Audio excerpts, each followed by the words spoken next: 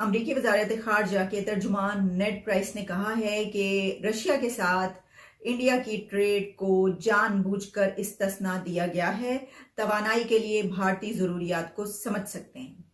ये खबर सबसे पहले मुझे जियो में मिली तो मैंने कहा कि अच्छा देखते हैं इसको कहीं और कहां पर ये पब्लिश हुई है, तो कुछ इंटरनेशनल मीडिया और इंडियन मीडिया इसको रिपोर्ट करता हुआ नजर आया। भारत को ये नहीं कह रहा है कि मेरे होते हुए फायदा उठा लो, बाद में ये चांस नहीं मिलेगा। यार वो तो बमूनी लगा रहे ओ यार वो तुम पे थूकने को तैयार नहीं, तुम उस पे तंज कर रहे हो अपने लोगों को खुश करने के लिए। और यही नरेंद्र मोदी जिस वक्त चलता है, आपके गालिबन ताशकंद से ही आ रहे थे, ताशकंद और अब काबुल और फिर उसके बाद लाहौर आता है, हमारी इज्जत करता है। खान जिस मगरिब और मगरबी मीडिया के गुण गा रहे हैं, वो मगरबी मीडिया तो खुद उनके बारे में बहुत कुछ रिपोर्ट कर चुका है। मेरे सामने इस वक्त एक नहीं, ये मेरे सामने इस वक्त पलंदा है उन अखबारों की रिपोर्ट्स का जिसमें वजीर आजम साहब के बारे में, उनकी फैमिली के बारे में, उनकी निजी जाती जिंदगी के बारे में बहुत कुछ छपा। पाकिस्तानी हमें इतने ज्यादा चीखते चिल्लाते हुए इसलिए नजर में आते हैं, इतने ज्यादा दुख में इसलिए नजर में आते हैं भारत की तरक्की देखकर, क्योंकि इस कौम का कोई ट्रांजिशन नहीं हुआ। जिसे होता है ट्रांजिशन, ये कौम पिछले 70, 72, 73 सालों से उसी पे जीती रही कि हम तो बहुत मजबूत हैं, हम तो भारत से ज़्यादा मजबूत हैं, हमने भारतीय फौज को ढकेल दिया पीछे, हमने सारी जंगें जीती हैं, हमने ज़बरदस्ती भारत का हिस्सा कब्जा कर लिया, हमने सब कुछ कर लिया, भारतीय तो हमारे सामने खड़े नहीं हो पाते। ऐसी ऐसी चीज़ें कौम सोचती रही, पढ़ती रही, सुनती रही, देखती रही। अचानक से जब इनके लोग विदेशों में जाते हैं, थोड़ा बहुत समझदार होते हैं, थोड़ा बहुत इंटरनेट आया, उस पर देखा, तब एकदम से पता चला कि साला इनकी पूरी ज़िंदगी झूठ थी। असलियत में तो भारत के सामने खड़े होने की भी हिम्मत नहीं। इसीलिए एकदम से जो ये गड्ढा आया है ना, एकदम से जो इनका विश्वास टूटा है, उसके चक्कर में भी बहुत अंदर तक सहम गई कौम। ये इसमें जो जियो ने कहा है, इसमें जो पब्लिश हुआ वो ये है कि अमेरिका का भारत के साथ तमाम शोबों में ताल्लुकात मजीद गहरे करने का अज़्म का इजहार। ये उन्होंने क्यों कहा? क्योंकि ब्रीफिंग के दौरान उनसे ये सवाल किया गया था, और सवाल spokesperson of state department Ned Price से किया गया कि आपके ख्याल में इंडिया जो ऑयल परचेज कर रहा है रशिया से, उसके बारे में आपका क्या कहना है? क्या आप समझते हैं कि it's okay, no problem? Modi उसको उसने खड़े होके जाती तौर पे, जिस तरह वो गली के थड़े पे लोग खड़े होके आवाजें कस रहे होते हैं, इसने उस तरह से आवाजें कसी हैं नरेंद्र मोदी पे। वो एक फाशिस्ट है, मैं उससे बात नहीं करना चाहता। वो यार गलत बात है। पब्लिक करते हो, जब वो आके तुम्हारा फोन नहीं सुनता, पहले तुम उसे ट्राई करते हो, बाद में इसे भी पब्लिक कर देते हो। ये खसियानी बिल्ली खंबा नोचे।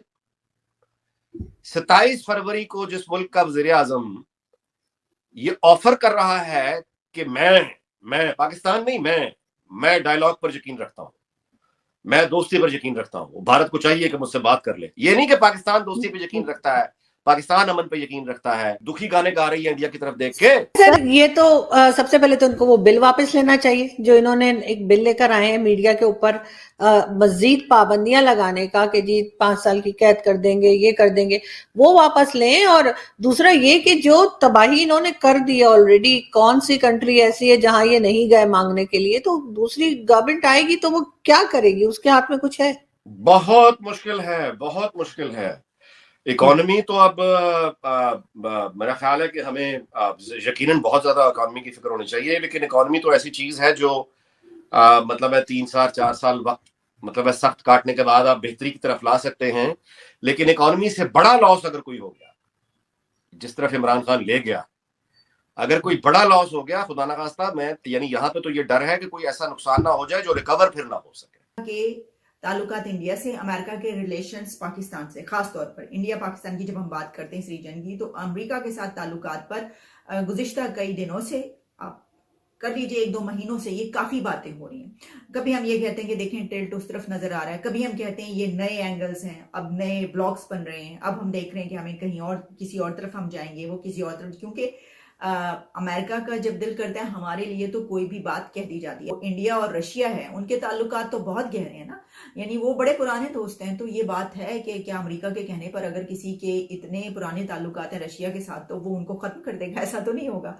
और फिर ये भी कि उनकी जरूरत है, ये तो खैर एक बात में एक पॉइंट उन्होंने दिया, लेकिन सबसे बड़ा तो यही पॉइंट है कि दोनों कंट्रीज जो हैं वो डेकेड से एक साथ चलते हुए एक दूसरे के लिए उन्होंने बहुत कुछ किया, तो अब वो अमेरिका के कहने पर अपना वो खत्म कर दें। हम ना सिर्फ ये कि बायलैटरल इश्यूज, बायलैटरल इंटरेस्ट जो है हमारे, उसके ऊपर बात कर रहे हैं और करेंगे, और इसके अलावा जो दुनिया के मसाइल हैं इस वक्त और जिस तरफ दुनिया जा रही है, जिसमें हम देख सकते हैं कि यूक्रेन और जो उसका वॉर का मसला है रशिया के साथ, वो और जो भी इस वक्त इंटरनेशनल फ्रंट पर चल रहा है, हम उसको भी देखेंगे। And that is also top of the list, ये बात भी कही गई। तो इस विजिट के फौरी बाद ये बात सामने आती है कि अमेरिका की तरफ से एक ऐसी स्टेटमेंट आती है, और रिसेंट पास्ट में अमेरिका की तरफ से एक बड़ी खतरनाक किस्म की स्टेटमेंट हमारे लिए आई थी, खतरनाक तरीन मुल्क वाली। वो अलग बात है कि उसके बाद उन्होंने कहा कि नहीं नहीं कोई ऐसी बात नहीं है, ये तो वो हो गया, ये तो हमने वो कहा था जो पहले भी कहा था। तो बात कहकर बाद में कुछ भी आप उसकी सफाई पेश करते रहे, उस वक्त तो पूरी दुनिया की खबर बन गई। भारत से हमारे बहुत गहरे ताल्लुकात हैं और हम दोनों मुल्कों के बीच ताल्लुकात को बेहतर करना चाहते हैं, गहरा करना चाहते हैं। अच्छा, यही वजह है सबसे बड़ी, और वो इसलिए सबसे बड़ी लॉजिक के इंडिया के साथ अमेरिका की भी एक बड़ी ट्रेड है, तो अमेरिका के अपने मफादात उसके साथ जुड़े हुए हैं, इंटरेस्ट हैं उसके साथ, जिनको वो बाईपास नहीं कर सकते। जिसके पास दौलत है, जिसके पास पैसा है, जिसके पास ताकत है, उसके पास सब कुछ है। जिसके घर दाने होंगे, उसके घर के जो बच्चे हैं, उसके घर में अगर कोई पागल भी होगा वो भी बड़ा सियाना होगा, क्योंकि भाई वो कहेंगे कि ये जो है वो सॉलिड है, कोई मसला नहीं है, हमें कभी मदद की जरूरत पड़ सकती है, हम इनसे मदद ले सकते हैं, ये हमारे काम आ सकते हैं, हम इनके काम आ सकते हैं। तो ये बात हमें बस इसके लिए सिर्फ एक ही बात है कि हमें अपनी इकोनॉमी को बेहतर करना है, हमें इंडिपेंडेंट होना है, और अपनी पॉलिसीज को आप इंडिपेंडेंट सिर्फ उसी वक्त बना सकते हैं कि जब आप खुद इंडिपेंडेंट हो।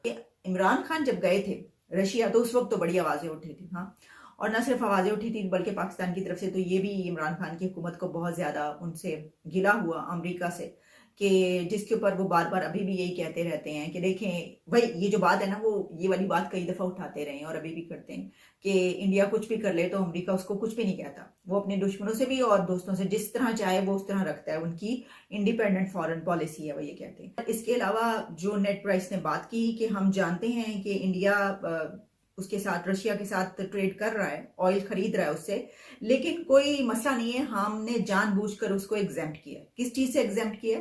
सैंक्शन से, यानी जो पाबंदियां है, तो हमें पता है, और उन्होंने कहा कि हम उसकी जरूरत को समझ सकते हैं। अच्छा, फिर उसके साथ ही जो है ये भी कहा कि हम साथ ये भी कहते रहे हैं कि दूसरे ममालिक जो अदर कंट्रीज हैं उनको लाजिम है कि रशिया के साथ तिजारती ताल्लुकात पर इन्हसार कम करें। बिल्कुल क्लियर है कि हम ये समझते हैं कि कंट्रीज को रिस्ट्रिक्ट करना चाहिए और रशिया से ट्रेड नहीं करनी चाहिए और रशिया से ऑयल नहीं खरीदना चाहिए, ये किसी के मफाद में नहीं है। रशिया इज नॉट रिलायबल, ये भी उन्होंने कहा कि हम ये क्लियर कर रहे हैं। लेकिन जब इंडिया की बात आती है तो उन्होंने कहा कि इंडिया पे जो सैंक्शंस नहीं लगी तो हमने जानबूझ के, हमें पता है, हमने एग्जेम्पशन दी है, हमने इंडिया को एग्जेम्प्ट किया इससे। इसकी वजह यह है कि हम इंडिया की जरूरियात को समझ सकते हैं। इतने लंबे समय तक इतना ज़्यादा पढ़ा करके, इतना ज़्यादा एकदम कहते हैं ना, पूरे इर्द गिर्द घेरा ही बना दिया था झूठ का। हर तरफ जहाँ सुनो बड़े बुजुर्ग भी इनके यही बताते थे कि नहीं, हम भारत से मजबूत हैं। किताबों में भी ये यही पढ़ते थे, टीवी पे भी ये यही देखते थे। हर तरफ इनकी जो थी दुनिया एकदम इसी में थी कि हम तो भारत से कई कई गुना ज़्यादा मजबूत हैं हर मायने में।